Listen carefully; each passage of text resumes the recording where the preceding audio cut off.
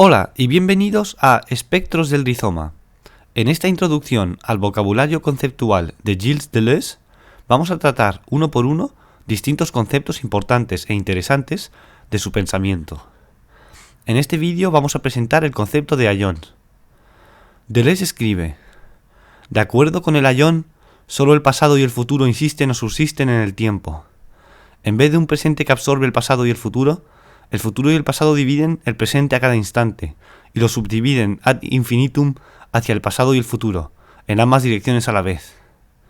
O de otro modo, es el instante sin espesor y sin extensión, que subdivide cada presente en pasado y futuro, en vez de los presentes vastos y espesos que comprenden tanto el futuro como el pasado en relación el uno con el otro.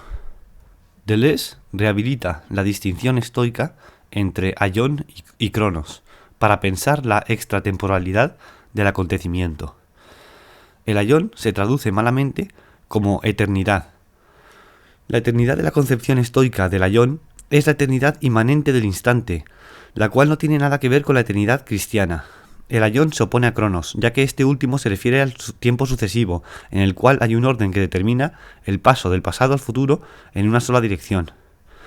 De acuerdo con una primera paradoja, el acontecimiento es lo que subsiste en el tiempo, solo al estar envuelto por el lenguaje, y es en este envolvimiento del ayón el que hace posible el lenguaje. Pero hay una segunda paradoja. El acontecimiento es siempre un tiempo muerto, es ahí donde nada tiene lugar. Este tiempo muerto es una especie de no tiempo o entretiempo, y es el ayón.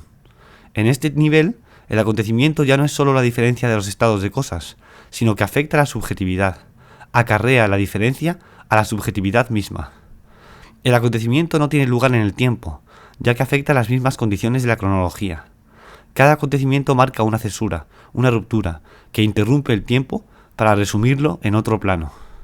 Deleuze muestra, al elaborar la categoría de acontecimiento, la relación primordial entre el tiempo y el sentido. Una cronología es pensable solo en virtud de un horizonte de sentido común a sus partes o elementos. La idea de un tiempo objetivo exterior a la experiencia vivida e indiferente a su variedad es sólo una generalización de esta relación. Por eso, el cronos es el correlato del sentido común, la posibilidad de esparcir la serie infinita de cosas y experiencias en un plano singular de representación. Como un entretiempo, el acontecimiento en sí no pasa, primero porque es un puro instante, una disyunción entre un antes y un después. Segundo, porque la experiencia que corresponde al acontecimiento es la de una espera infinita, que ya es infinitamente pasada. Por esto, la distinción entre ayón y cronos no reinscribe la dualidad platónica y cristiana entre eternidad y tiempo. No experimentamos un más allá del tiempo, solo una temporalidad trabajada por el ayón, en la que la ley de cronos ha cesado de reinar. Este es el tiempo indefinido del acontecimiento, que se opone al presente y a la presencia platónica y cristiana.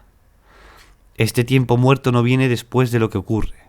Coexiste con el instante o el tiempo del accidente, pero como la inmensidad del tiempo vacío en el que lo vemos como todavía por venir y como ya habiendo ocurrido, en la extraña indiferencia de una intuición intelectual.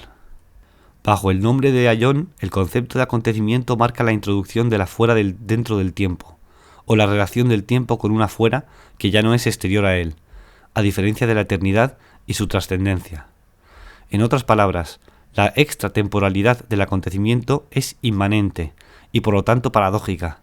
¿Cómo puede el afuera del tiempo, el ayón, estar en el tiempo, si lo que hace es separar el tiempo de su afuera?